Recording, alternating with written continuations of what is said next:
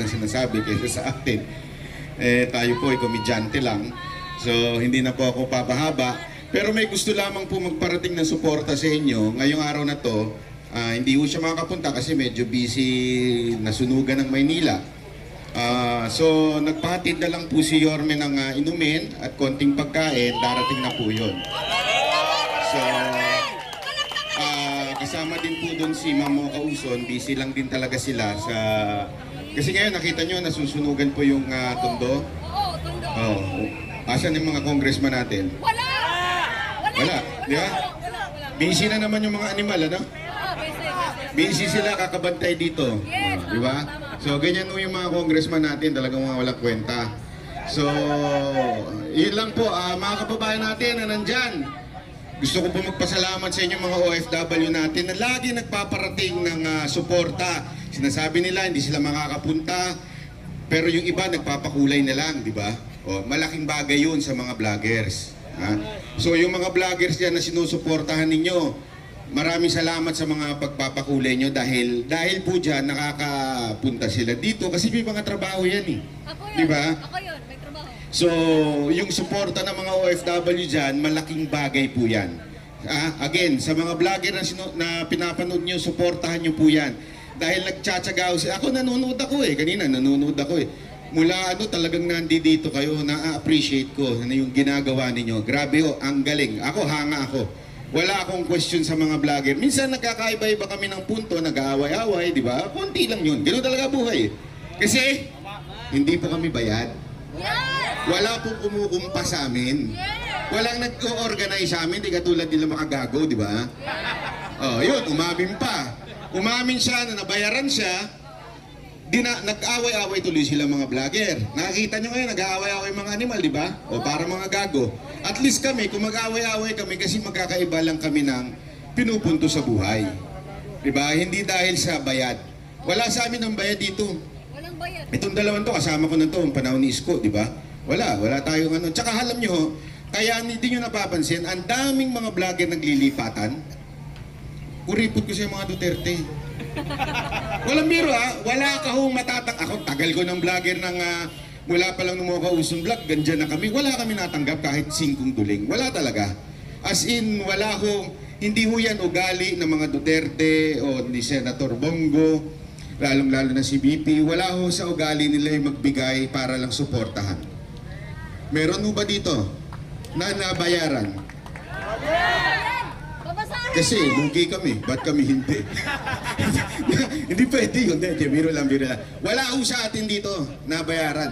Kaya nga yung mga nagko-comment trolls dyan, sinasabi nila, bakit ganito, di naman kayo ganun kadami. Kasi kailangan magtrabaho ng iba.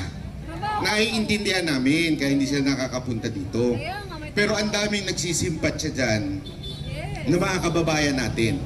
Kaya nga kami, itong commitment ng Banateros, habang nandito kayo, susubukan namin pumunta ng araw-araw din. Kung sino pa yung mga sila Coach Oli. At pangako ko po sa inyo ito, araw-araw din po ako magpapadala ng pagkain. Konting contribution lang. Okay, kung hindi man ako makapunta, magpapagrab po ako. Siguro papareceive na lang natin kay Sir Bistak at kay Sir BMR para tanggapin. Tapos konting lang, pagkain lang ng mga hamburger. Diba? Papuntay natin yung waxis dito. Diba? Masarap pa naman ng waxis. Kaya lang mga kababayan, mayroon lang ako isang pakiusap sa atin. Alam ko mainit na ulo natin, galit na tayo kasi talagang grabe ang abuso ng gobyerno to. Pakiusap lang na gawin natin itong mapayapa. Yun lang. Gawin lang natin po ito ng legal. At higit sa lahat to, wag ho tayong sabi nga nila people power. Pero more than that, it's God's power.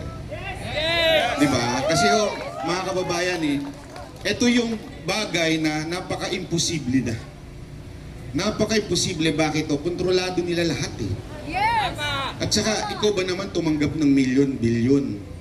Diba? Meron nga akong kilala. Hindi ko na lang sa pangalanan Huwag na. Madedelikado tayo dyan. Gusto nyo na dagdagan yung ko. Merong isa nga dyan grabe yung bayad doon sa PNP official. Ang laki ho ng bayad sa kanya para lang ho mahuli si Pastor Kibuloy. Wala akong binabanggit. Okay? At grabe po ang... Pasensya ka na, Atty. Torre, ha? Atty. Torion. Medyo... Si Atty. Torion, no, sinuhulan ng napakalaki. Ilang milyon. Para lamang bumaliktad. Ganun o kalaki yun. Ito ko ano lang ito, sa loob lang ho ito. At para lamang po ibigay si ulo ni Pastor Kibuloy.